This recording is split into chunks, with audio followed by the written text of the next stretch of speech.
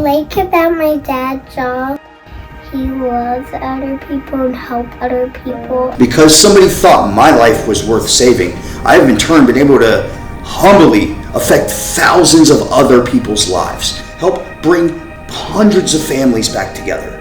So your dad is sort of like a superhero. Yes, I call him Super Dad. Because of recovery, I get to be a safe place for my children. You know, they don't ever have to see me in active addiction if I continue the path that I am on, which I have now been on for almost 8 years. Cat was this catalyst was the whole thing. If it weren't for them, I don't know where Daniel would be today. About 24, I was finally going to get my opportunity to be a top contender for a title. During that fight, I was injured. The injury led to a prescription of opioid pain medication. I did not understand the dangers. All I knew was I got relief. It took away not only the physical pain, but a lot of the emotional and mental pain that I was dealing with day to day as well. It was a terrible combination, and it led me down a very dark road. I began to abuse this medication. I started to buy my pills on the street. I remember being introduced to heroin. It was like a cheaper option, and it was glorified. It opened a door that I walked through, and I didn't know how to get back through it. Eventually, the drugs took precedence and became homeless. Every day I wanted it to be the last day. I thought the only way out was death. I didn't think recovery was possible.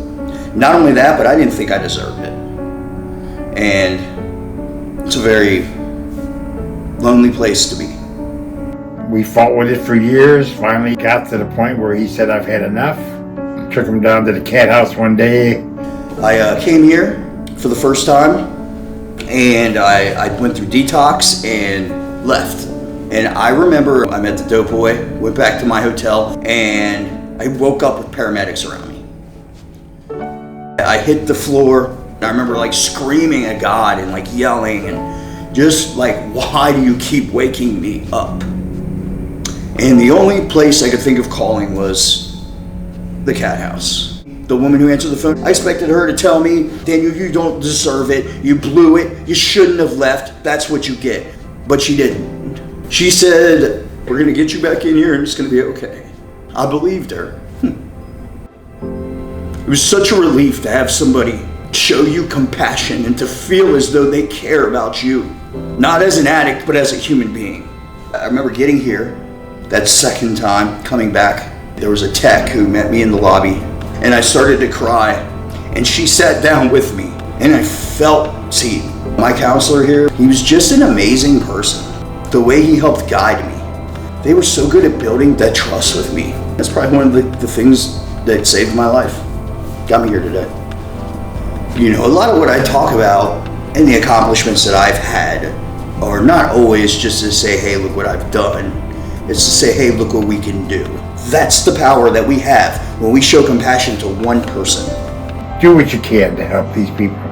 Not only with the money, but with your heart and everything else. This time, when you invest in one person, you may be investing in thousands. What an amazing impact that has. How would that feel?